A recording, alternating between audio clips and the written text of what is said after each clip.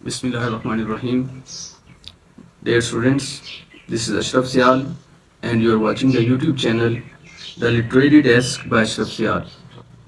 Dear students, हम English grammar को start कर रहे हैं और इस YouTube चैनल पर हम इंग्लिश ग्रामर के डिफरेंट एस्पेक्ट्स को डिस्कस करेंगे, जिसमें parts of speech, tenses, active passive voice, narration, punctuation marks और जो सेंटेंसेस की वैरायटी होती है उस पर भी मैं वीडियोस और लेक्चर्स की फॉर्म में अपलोड करूंगा। तो हमारी आज की जो स्पेसिफिक वीडियो है ये पार्ट्स ऑफ स्पीच के हवाले से है।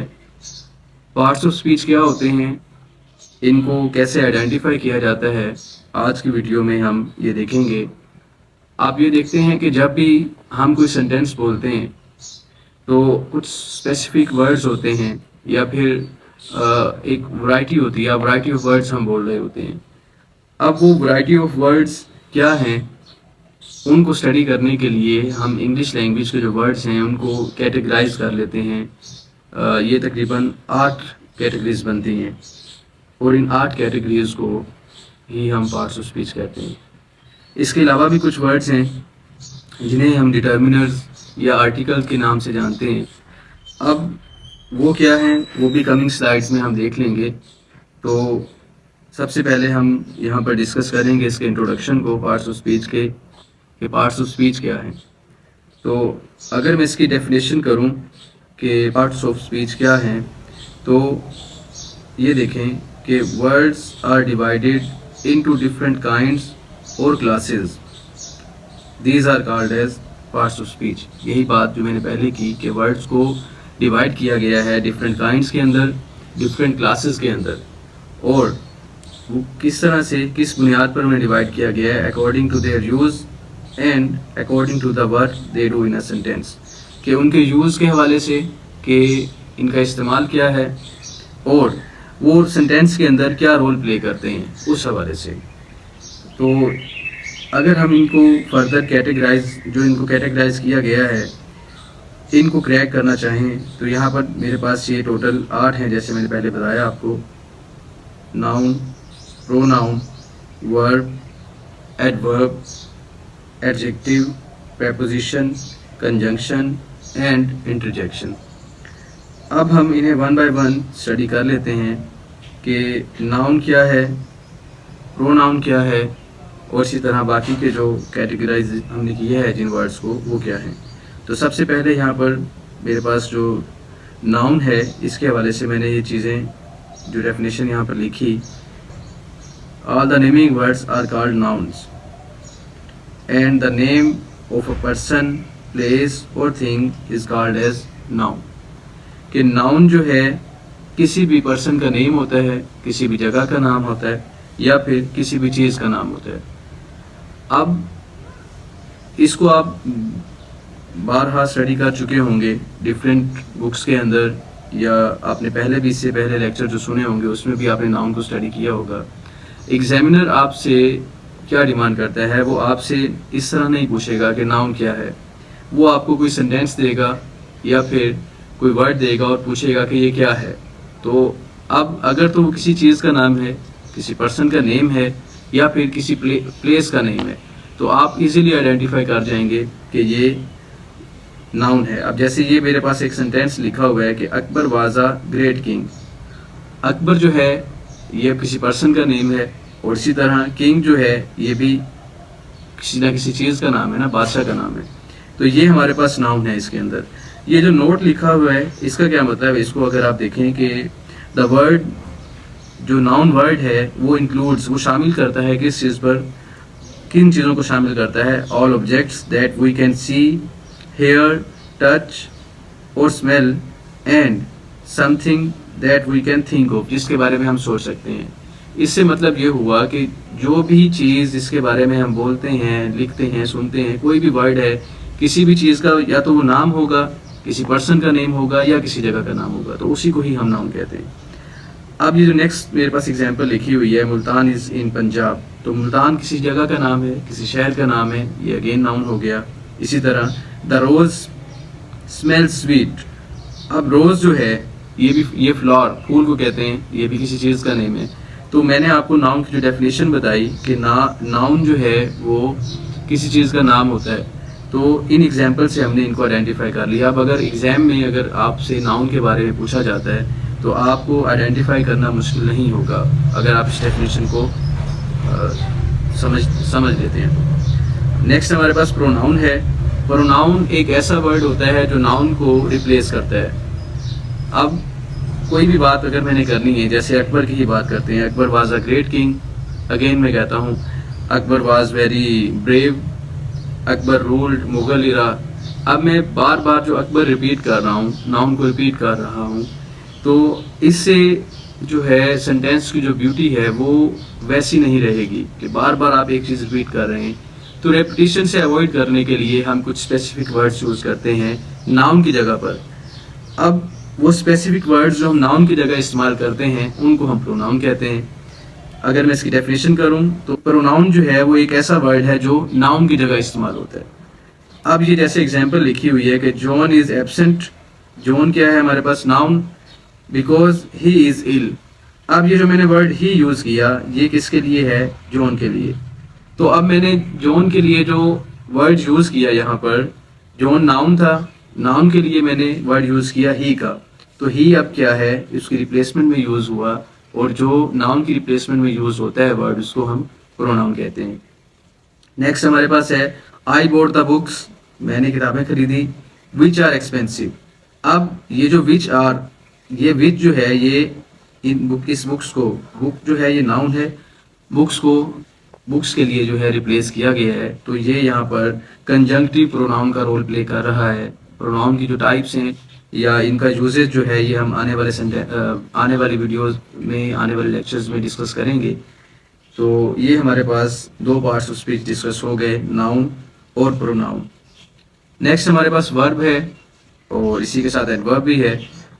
वर्ब क्या होता है? वर्ब का मतलब होता है काम, कोई भी काम जो हम कर रहे होते हैं, कोई एक्शन कर रहे होते हैं। तो इसकी डेफिनेशन अगर करूं, a verb is a word used to express an action और स्टेट। स्टेट कहते हैं हालत को, किसी चीज़ की हालत बयान करने के लिए या फिर किसी एक्शन को बताने के लिए जो हम इंग्लिश में वर्ड यूज़ करते हैं वो उसे हम वर्ब कहते हैं। तो ये मेरे पास जो एग्जांपल है, इससे इसको यहाँ से आइडेंटिफाई करना हो अगर मुझे वर्ब को, तो वो कैसे करेंगे कि the girl wrote a letter to her cousin. लड़की ने खत लिखा अपने कज़न को। तो अब उसने काम क्या किया है यहाँ पर? मैंने आपको कहा कि वर्ब जो है वो कोई काम होता है। तो उसने खत लिखा है, बेसिकली रोट अ लेटर। ये जो रोट है ये यहाँ पर वर्ब है। और इसके बाद है Faisalabad is a big city. अब ये सेंटेंस जो है Faisalabad is a big city, इसमें आप देखेंगे कोई काम तो नहीं हो रहा है। मैंने आपको कहा कि वर्ब जो है वो किसी जो है काम के बारे में बताता है, किसी स्टेट के बारे में बताता है। तो यहाँ पर तो ऐसी कोई चीज़ नहीं है, लेकिन इसमें वर्ब मौजूद है। Faisalabad is a big city. Faisalabad क्या है? नाउन, और इज जो है ये हमारे पास है लिंकिंग वर्ब। लिंकिंग वर्ब और हेल्पिंग वर्ब का जो कंसेप्ट है ये भी हम आने वाले वीडियोस में डिस्कस कर लेंगे। तो यहाँ पर जो आइडेंटिफाई किया है मैंने वर्ब को, वो मैंने आपके सामने रखा कि जो इज है ये लिंकिंग वर्ब है। अब ये क्या है, इसके पीछे कंसेप्ट क्या है, ये भी हम डिस्कस कर लेंगे। अच्छा, नेक्स्ट जो हमारे पास यहाँ पर सेंटेंस है, iron and copper are useful metals. अब इसमें भी कोई काम नहीं बताया जा रहा है, ना कोई स्टेट बताई जा रही है कि काम किस तरह से हुआ। तो आयरन नाउन है, कॉपर भी नाउन है, एंड जो है ये कंजंक्शन है, ये आगे नेक्स्ट स्लाइड में मैं डिस्कस करता हूँ। जो आर है, आर क्या चीज़ है? ये अगेन लिंकिंग वर्ब है। लिंकिंग वर्ब और हेल्पिंग वर्ब का जो डिफरेंस है, ये जब हम वर्ब को पढ़ेंगे तो इसको मैं डिटेल में एलैबोरेट कर दूंगा। आपके लिए जो बात याद रखने वाली है वो ये कि वर्ब किसी जो है एक्शन को डिनोट करता है या फिर किसी स्टेट को डिनोट करता है, यानी कि उसको रिप्रेजेंट करता है। तो इसके बाद एडवर्ब को डिस्कस कर लेते हैं। एडवर्ब को याद रखने के लिए सबसे आसान यहाँ पर ये छोटी सी एक ड्राइंग बना लेते हैं। Verb, adjective and adverb. Adverb एक ऐसा वर्ड होता है जो वर्ब को भी क्वालिफाई करे, एडजेक्टिव को भी और एडवर्ब को भी। अब इसका क्या मतलब हुआ, इसकी डेफिनेशन पढ़ते हैं। An adverb is a word used to add something to the meaning of a verb, an adjective or another adverb. I hope so कि आपको ये समझ आ गई होगी कि एडवर्ब एक ऐसा वर्ड होता है जो वर्ब के मीनिंग में वर्ब के मीनिंग को मॉडिफाई कर दे, यानी कि कोई काम किया गया है। जैसे कि एडवर्ब जो है उसकी एग्जांपल अगर हम देखें, ही परफॉर्म द टास्क क्विकली, उसने काम बड़ी तेज़ी से कर लिया। अब मैंने कहा कि जो वर्ड वर्ब का क्वालिफायर होता है उसे हम एडवर्ब कहते हैं। तो इसमें ये जो ही परफॉर्म, उसने अदा किया द टास्क, काम को, बेसिकली उसने कोई काम किया है जो अदा करना है, ये यहाँ पर वर्ब है। और क्विकली जो है तेज़ी से, यानी कि काम जो है वो बड़ी तेज़ी से हुआ है। तो जब कोई वर्ड वर्ब को क्वालिफाई करे उसे हम कहते हैं एडवर्ब। ये ऊपर डेफिनेशन में भी ये बात लिखी हुई है, ये वर्ब के मीनिंग में इजाफा हुआ कि काम जो है वो बड़ी तेज़ी से हो गया। नेक्स्ट जो सेंटेंस है, this flower is very beautiful, इसमें जो फ्लावर है ये नाउन है और इस जो है ये वर्ब है। ये कौन सा वर्ब है, हेल्पिंग वर्ब या लिंकिंग वर्ब, कमिंग वीडियोज़ में हम इस पर बात कर लेंगे। नेक्स्ट जो हमारे पास वर्ड्स लिखे हुए हैं, वेरी ब्यूटीफुल, कि ये फूल बहुत खूबसूरत है, ठीक है। अब फ्लावर जो है ये ब्यूटीफुल है, ये बात तो हमें क्लियर हो गई कि ब्यूटीफुल। अब ब्यूटीफुल क्या है, ये एडजेक्टिव है, इसको नेक्स्ट स्लाइड में डिस्कस करते हैं। जो वेरी है ये वो ब्यूटीफुल तो है लेकिन बहुत ज़्यादा खूबसूरत, यानी कि वेरी ब्यूटीफुल बहुत ज़्यादा खूबसूरत है। तो इसने ये जो एडजेक्टिव है ब्यूटीफुल, मैंने आपको कहा कि एडजेक्टिव है, नेक्स्ट स्लाइड में हम इस पर बात भी करते हैं। तो वेरी ने उस एडजेक्टिव के मीनिंग में मज़ीद जो है उसमें इजाफा कर दिया। तो वेरी जो है ये यहाँ पर हमारे पास क्या हुआ, एडवर्ब। ये ऊपर डेफिनेशन में भी मैंने ये बात की थी कि ऐसा वर्ड जो वर्ब के मीनिंग में एडवर्ब या फिर किसी और किसी एडजेक्टिव या फिर किसी और एडवर्ब के मीनिंग में इजाफा करे उसे हम क्या कहते हैं, वर्ब, एडवर्ब।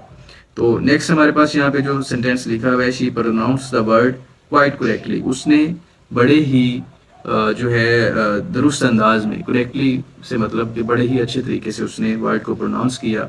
तो ये जो वर्ड अब यहाँ पर करेक्टली है, क्वाइट यहाँ पर एडजेक्टिव का रोल प्ले कर रहा है, ठीक है। शी जो है ये प्रोनाउन है, कोई किसी पर्सन का नेम जो है इस्तेमाल हुआ, पर्सन के नेम की जगह इस्तेमाल हुआ। प्रोनाउंस जो है ये वर्ब और द वर्ड है ये नाउन। और क्वाइट, क्वाइट मतलब बड़ी खामोशी से या बहुत अच्छे से, बिल्कुल बिल्कुल अच्छे से। तो उसने बड़े अच्छे से वर्ड बोला। अब ये क्वाइट जो है इसने बेसिकली ये किसको क्वालिफाई किया, उस प्रोनाउंसिएशन को। ये एडजेक्टिव हो गया। एडजेक्टिव क्या होता है, नाउन या प्रोनाउन को क्वालिफाई करने वाला। नेक्स्ट स्लाइड में हम इस पर बात भी करने वाले हैं। तो एडजेक्टिव को किसने क्वालिफाई किया, करेक्टली ने। करेक्टली उसने क्या बोला है, वर्ड बोला है, ठीक है। तो जब वर्ड किसी जो है आप कह लें कि वर्ब को क्वालिफाई करता है, एडजेक्टिव या फिर एडवर्ब को क्वालिफाई करता है, तो उसे हम क्या कहते हैं, उसे हम एडवर्ब कहते हैं। तो नेक्स्ट हमारे पास जो स्लाइड है उस पर चलते हैं। एडजेक्टिव एंड प्रीपोजिशन, मैंने पिछली स्लाइड में बात की एडजेक्टिव के हवाले से कि एडजेक्टिव क्या होता है। An adjective is a word used to add something to the meaning of a noun. Noun और प्रोनाउन भी आप साथ लिख लें कि ये किसी नाउन के मीनिंग में इजाफा करता है और किसी प्रोनाउन के मीनिंग में इजाफा करता है। अब ये देखें, he is a brave boy, कि वो एक बहादुर लड़का है। बॉय क्या है यहाँ पर, नाउन। ही क्या है, प्रोनाउन। और इज़ क्या है, ये वर्ब है, ए आर्टिकल है। और ब्रेव जो है, ये ब्रेव कौन है, बॉय है ना, लड़का। तो ब्रेव किसको क्वालिफाई कर रहा है, बॉय को। बॉय क्या है, ये यहाँ पर ग्रामर के एतबार से नाउन है। तो जो चीज़ नाउन को क्वालिफाई करेगी, ये देखें एडजेक्टिव के लिए ये छोटी सी एक टाइंग है, नाउन और प्रोनाउन, ठीक है। तो जो चीज़ नाउन को क्वालिफाई करे, नाउन के मीनिंग में इजाफा करे, उसे हम एडजेक्टिव कहते हैं। और इसी तरह जो नेक्स्ट है, there are 20 boys in the class, के क्लास में 20 लड़के हैं। अब 20 क्या चीज़ है यहाँ पर, ये फिगर बता रहा है, ये न्यूमेरल एडजेक्टिव से आप कह लें कि जो नंबर्स के बारे में बताए। There are 20 boys in the class, class में 20 लड़के मौजूद हैं, ठीक है। तो 20 जो है ये नाउन को क्वालिफाई कर रहा है यहाँ पर। और ये क्या हुआ, जो चीज़ नाउन के मीनिंग में इजाफा करे या नाउन के बारे में बताए, उसे हम क्या कहते हैं, एडजेक्टिव। और जो वर्ब के एडजेक्टिव या किसी और एडवर्ब के बारे में बताए उसे हम एडवर्ब कहते हैं। इससे पहले वाली स्लाइड में हमने डिस्कस किया था। प्रेपोजिशन पे बात कर लेते हैं। A preposition is a word used with a noun or a pronoun to show how the person or thing denoted by the noun or pronoun stands in relation to something। इतनी बड़ी definition लिखी है, इसको देखकर परेशान ना हो आप। इसका जो कंसेप्ट है वो बड़ा ही सिंपल सा है कि प्रेपोजिशन एक ऐसा वर्ड होता है, बिल्कुल छोटा सा वर्ड होता है, टू, ऑफ, विद, बाय, इस तरह के वर्ड्स होंगे जो नाउन और प्रोनाउन के रिलेशन के प्रोनाउन के दरमियान जो रिलेशन है उसको एक्सप्लेन कर रहे होंगे। जैसे मैं कहता हूँ the book is on the table. Book क्या है? नाउन, और इज वर्ब है, ऑन द टेबल। अब ऑन क्या है? ये प्रेपोजिशन है कि किताब मेज पर पड़ी है, पोजीशन बता रही है उसकी यहाँ पर, ठीक है। तो जो टेबल है ये भी नाउन है। दो नाउन के दरमियान अगर वो रिलेशन बता रहा है, प्रोनाउन के दरमियान बता रहा है, या नाउन और प्रोनाउन के जो है इसके दरमियान रिलेशन को बता रहा है, तो उसको हम प्रेपोजिशन कहते हैं। अब ये जो एग्जाम्पल लिखी हुई है, there is a cow in the garden, के बाग में एक गाय है। तो काउ क्या है? नाउन, और गार्डन भी नाउन है, और ये इन जो वर्ड है ये यहाँ पर प्रेपोजिशन है, ठीक है। मैंने आपको बताया कि दो नाउन के दरमियान, दो प्रोनाउन के दरमियान, नाउन या प्रोनाउन के दरमियान जो वर्ड रिलेशन बताता है, पोजीशन के बारे में बताता है कि वो नाउन जो है वो कहाँ पर है, उसे हम क्या कहते हैं? प्रेपोजिशन। नेक्स्ट जो हमारे पास एग्जांपल लिखी हुई है, the girl is fond of music, लड़की को म्यूजिक पसंद है। अब द गर्ल क्या है यहाँ पर? नाउन। फॉन्ड कहते हैं किसी चीज़ को पसंद करना, वर्ब कह रहे हैं आप इसे, और म्यूजिक जो है ये अगेन नाउन है, किसी चीज़ का नाम है, गाने सुनना या कोई भी, मतलब किसी म्यूजिक, कोई ना कोई जो सिंगिंग वाली चीज़ है उसके बारे में बता रहा है। तो ये जो वर्ड ऑफ है ये रिलेशन बता रहा है इनके दरमियान, और ये यहाँ पर प्रेपोजिशन हुआ। इसी तरह a fair little girl sat under a tree. A fair little girl ये नाउन हो गया, और सैट के मतलब बैठी है, वर्ब है, और अंडर अ ट्री कि वो जो लड़की है वो एक जो है दरख्त के नीचे बैठी हुई है। तो लड़की और दरख्त के दरमियान जो वर्ड रिलेशन बता रहा है वो है अंडर। तो अंडर यहाँ पर क्या हुआ? प्रेपोजिशन। इसके साथ हम अगली स्लाइड पे चले जाते हैं। नेक्स्ट स्लाइड में हमारे पास कंजंक्शन और इंटरजेक्शन है। बहुत आसान कंसेप्ट है ये भी। कंजंक्शन बच्चों ऐसा वर्ड होता है जो आप कह लें कि दो सेंटेंसेस, दो फ्रेजेस या फिर दो क्लॉजेस के दरमियान लिंक क्रिएट करता है। कंजंक्शन वर्ड ही जो इटसेल्फ जो वर्ड है वो दो चीज़ों को कनेक्ट करने के लिए यूज़ किया जाता है। तो अ कंजंक्शन, इसकी डेफिनेशन देखते हैं। A conjunction is a word used to join two words और सेंटेंसेस। क्लॉज और फ्रेज की मैंने बात की, वो भी हम नेक्स्ट स्लाइड्स में नेक्स्ट वीडियो लेक्चर्स में हम उनको देखेंगे कि वो क्या चीज़ है। तो यहाँ पर हमारे पास इसकी जो एग्जाम्पल है, Rehan and Hamid are cousins. Rehan एक नाउन है, हामिद ये भी नाउन है, ठीक है। दो वर्ड्स हो गए बेसिकली ये, और उनके दरमियान ये जो रिलेशन बता रहा है वर्ड एंड, ये हमारे पास कंजंक्शन है। कंजंक्शन की काफ़ी सारी टाइप्स हैं, आप डेली रूटीन में पढ़ते भी होंगे। अगर हमें आइडेंटिफाई करना हो कंजंक्शन क्या है, तो ऐसा वर्ड जो दो आप कह लें कि वर्ड्स के दरमियान या दो सेंटेंसेस, दो फ्रेजेस या क्लॉजेस के दरमियान रिलेशन डेवलप करे, उसे हम कहते हैं कंजंक्शन। 2 and 2 make 4, 2 और 2 4 होते हैं, ठीक है। अब ये जो एंड वर्ड है अगेन ये रिलेशन बना रहा है इस 2 के दरमियान और इस 2 के दरमियान, दो वर्ड्स के दरमियान इसने रिलेशन बनाया, ये कंजंक्शन हो गया यहाँ पर। आई रैन फास्ट, मैं तेज़ दौड़ा, बट मिस द ट्रेन, लेकिन ट्रेन मिस हो गई। अब ये मिस द ट्रेन जो वर्ड है ये यहाँ पर बेसिकली ये है फ्रेज। फ्रेज क्या होती है इस पर हम बात करेंगे नेक्स्ट वीडियोस के अंदर। तो ये जो वर्ड बट है इसने लिंक क्रिएट किया है इसके दरमियान भी, मिस द ट्रेन के दरमियान भी, और आई रैन फास्ट के दरमियान भी। तो मैंने आपको बताया कि जो वर्ड लिंक क्रिएट करता है दो सेंटेंसेस के दरमियान, दो क्लॉजेस, दो फ्रेजेस या दो वर्ड्स के दरमियान, उसे हम कंजंक्शन कहते हैं। तो इसके बाद है इंटरजेक्शन। इंटरजेक्शन जो है ये इसका कंसेप्ट बहुत इंटरेस्टिंग है कि an interjection is a word which express some sudden feeling of sorrow, feeling of sorrow, joy और वंडर, ठीक है। जब हम बोल रहे होते हैं तो हमें किसी को एक्सप्रेस करना हो, अपनी फीलिंग एक्सप्रेस करनी हो, किसी को बताना हो कि जो है मैं ये फील कर रहा हूँ, या मुझे किसी पर गुस्सा है किसी से कि मैं बहुत अगर खुशी महसूस कर रहा हूँ तो मैं उसको बोल कर बताऊँगा, अपना एक्सप्रेशन ऐसा दूँगा कि उसको आइडिया हो जाएगा कि मैं इस टाइम ये फ़ील कर रहा हूँ। अगर वही चीज़ मुझे राइटिंग में देनी है तो मैं कुछ स्पेसिफिक वर्ड्स होंगे जो मैं यूज़ करूँगा और अपनी जो फीलिंग्स हैं वो रिटर्न में अगले बंदे को जो है मैं कन्वे कर दूँगा। जैसे अब हम लेटर है, लेटर में हम लिख रहे होते हैं डियर सर या रिस्पेक्टेड सर, और फिर उसके साथ हम ये एक साइन ऑफ एक्सक्लेमेशन ये जो है ये यूज़ कर रहे होते हैं। तो इंटरजेक्शन का जो फिनोमिना है, जो ये कंसेप्ट है, उसको समझने की कोशिश करें कि ये ऐसे वर्ड्स होते हैं जो हमारी फीलिंग्स के बारे में बताते हैं। ये सडन फीलिंग्स हो सकती हैं कि अचानक से आपको कुछ महसूस हुआ, जैसे ये एग्जांपल लिखी हुई है, hurrah we have won the match, के हुर्रा हम मैच जीत गए। अब मैच जीतना एक खुशी की अलामत है। अब इसके साथ जो ये वर्ड यूज़ हुआ है उसको सेलिब्रेट करने के लिए, उस जीत का जश्न मनाने के लिए जो वर्ड यूज़ हुआ है वो है हुर्रा। तो हुर्रा के साथ ये एक साइन ऑफ एक्सक्लेमेशन यूज़ हुआ है। ये इंटरजेक्शन के लिए आप कह लें कि कंपल्सरी है। इंटरजेक्शन जो है उसके साथ साइन ऑफ एक्सक्लेमेशन मौजूद होगा। अगर आपको सेंटेंस में आइडेंटिफाई करना हो इंटरजेक्शन को, तो ये बहुत आसान है इसको आइडेंटिफाई करना कि अगर उसके साथ साइन ऑफ एक्सक्लेमेशन मौजूद है तो भी आप इसको आइडेंटिफाई कर सकते हैं। इसी के साथ अब जो वर्ड है अल्लाह, शी इज़ डेड, अफसोस वो मर गई या वो उसका इंतकाल हो गया। तो अब वहाँ अफसोस जो हमने जाहिर करना है कि मुझे बहुत अफसोस हुआ है उसके मरने पर, तो ये जो मैंने वर्ड यूज़ किया लास्ट, ये अब उस मीनिंग को कन्वे कर रहा है, यहाँ पर मेरी उस फीलिंग को कन्वे कर रहा है। और इसके साथ ही sign of exclamation again use हुआ है। ठीक है, ये पंक्चुएशन मार्क्स में हम इसको डिटेल में पढ़ेंगे कि इसके और क्या क्या यूजेज हैं।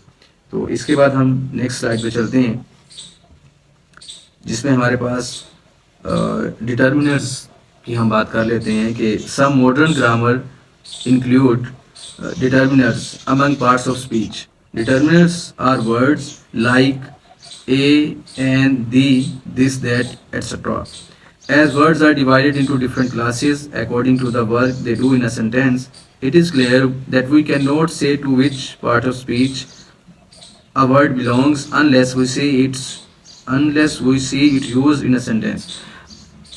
ये जो स्टेटमेंट लिखी हुई है इसका मतलब ये है कि हमें बाज़-औक़ात आइडेंटिफाई नहीं होता कि ये जो वर्ड लिखा हुआ है ये किस कॉन्टेक्स्ट में यूज़ हुआ है। क्या वो वर्ब है, वो एडवर्ब है, एडजेक्टिव है। एक ही वर्ड डिफरेंट जगहों पर डिफरेंट तरह से इस्तेमाल हो रहा होता है। तो उसको स्टडी करने के लिए, उसको आइडेंटिफाई करने के लिए यहाँ पर एक छोटी सी एग्जांपल लिखी हुई है कि दे अराइव्ड सून आफ्टर, वो आए, जल्द ही आए। ठीक है, तो अराइव जो है ये वर्ब है। ठीक है, सून क्या है, जल्दी आना। ठीक है, और आफ्टर बाद यानी कि, ठीक है, ये जो आफ्टर है यहाँ पर ये एडवर्ब का रोल प्ले कर रहा है। ठीक है, वो बाद में आए, आने से इसका ताल्लुक है। आना वर्ब है और बाद में आना, वर्ब को जो चीज़ क्वालिफाई करती है वो एडवर्ब होती है। इसी तरह दे arrive after us, they arrive वो आए, अस हमारे बाद। ठीक है, आफ्टर का मतलब बाद।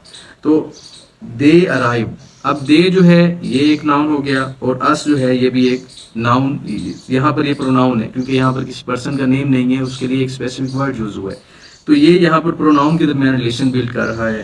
तो जो दो नाउन, दो प्रोनाउन या फिर दो वर्ड्स के दरमियान रिलेशन बिल्ड करता है उसको हम प्रेपोजिशन कहते हैं। इसकी डेफिनेशन हम पहले पिछली स्लाइड्स में डिस्कस कर चुके हैं।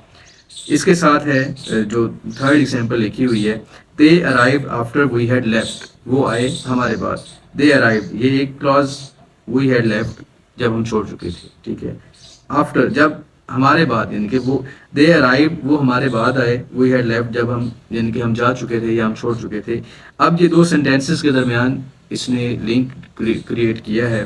तो ये देखें कि जो आफ्टर वर्ड है वो एक वर्ड एक ही है बट डिफरेंट सेंटेंसेस के अंदर, डिफरेंट कॉन्टेक्स्ट के अंदर डिफरेंट वे में यूज हुआ है। तो इसीलिए इसको आइडेंटिफाई करने के लिए मॉडर्न ग्रामर के अंदर हमारे पास कुछ डिटर्मिनर्स हैं जिन्हें हम यूज़ करते हैं। इन पर भी हम कमिंग वीडियोस के अंदर बात करेंगे। तो यहाँ पर एक प्रैक्टिस एक्सरसाइज मैंने ऐड की है इस स्लाइड के अंदर। वो क्या है कि इसमें मैं कुछ स्पेसिफिक सेंटेंसेस, 3-4 सेंटेंस प्रैक्टिस के तौर पे आपके सामने रख देता हूँ बाकी जो वर्ड्स हैं या बाकी जो सेंटेंसेस हैं इन्हें आप खुद आइडेंटिफाई करेंगे, कमेंट्स में पूछ लीजिएगा। अगर कोई मुश्किल होती है तो वहाँ पर मैं इसको सोल्व करके कमेंट सेक्शन में बता दूंगा। ये जो प्रैक्टिस एक्सरसाइज है ये मैंने रेन एंड मार्टिन की बुक से ली है, ठीक है। ये बहुत अच्छी किताब है ग्रामर के हवाले से। अगर आप में से कोई स्टूडेंट बाय कर ले और वहाँ से ग्रामर को स्टडी करे तो आई होप सो कि उसकी ग्रामर भी बहुत अच्छी कमांड हो जाएगी। पहला सेंटेंस है मेरे पास, still water run deep. Still waters run deep, ठीक है। वाटर क्या है? नाउन, रन वर्ब, और डीप क्या है? गहराई में जाना, ठीक है। स्टिल क्या है? अभी तक, ठीक है। स्टिल यानी कि अभी तक जो पानी है वो शदीद गहराई में है, ठीक है। तो स्टिल जो है ये किसको क्वालिफाई कर रहा है? पानी को। पानी क्या चीज़? नाउन है। तो स्टिल क्या हो गया? एडजेक्टिव। जो चीज़ किसी नाउन के मीनिंग में इजाफा करे या नाउन को क्वालिफाई करे उसे हम एडजेक्टिव कहते हैं। और इसी तरह रन जो है ये वर्ब है और डीप गहराई में होना, ठीक है। तो अब ये वर्ब को जो चीज़ क्वालिफाई कर रही है वो क्या हुआ? एडवर्ब, ठीक है। इसी तरह he still lives in that house. He क्या है? प्रोनाउन, किसी नाउन की जगह इस्तेमाल हुआ है। स्टिल लिव्स, अभी तक वो रहता है। ये यहाँ पर फिर अगेन एडवर्ब है जो स्टिल है। और लिव्स क्या है हमारे पास? रहना, वर्ब। और इन क्या है? प्रेपोजिशन। दैट हाउस, उस घर में रहता है। दैट यहाँ पर प्रोनाउन है, डेमोन्स्ट्रेटिव प्रोनाउन है। इस पर भी हम बात करेंगे कमिंग वीडियोज़ के अंदर। हाउस जो है ये नाउन है। अगर हम इसको वन बाय वन इसी तरह क्रैक करेंगे इन सेंटेंसेस को तो हमारी बहुत अच्छी कमांड हो जाएगी इन पार्ट्स ऑफ स्पीच के हवाले से।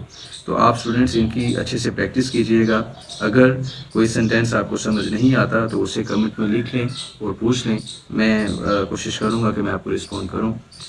Thank you very much. मज़ीद जो लेक्चर्स हैं मैं कोशिश करूँगा कि सीक्वेंस वाइज इस चैनल पर अपलोड कर दूँ। तो आप स्टूडेंट्स से एक ही बात मैं करूँगा कि मैं अपना काम मीन्स कि मैं एश्योर करता हूँ आपको कि मैं अपनी जो ड्यूटीज़ हैं पढ़ाने के हवाले से मैं उसको बड़ी ही ज़िम्मेदारी के साथ पढ़ाऊँगा आपको। तो आप स्टूडेंट्स से भी इसी चीज़ की उम्मीद की जाती है कि आपको जो लेक्चर यहाँ डिलीवर किया गया है आप इसकी प्रैक्टिस करें। अगर कोई बात समझ नहीं आती तो वो पूछें और आप भी ज़िम्मेदारी का मुजाहिरा करें। बहुत शुक्रिया। अल्लाह हाफिज़।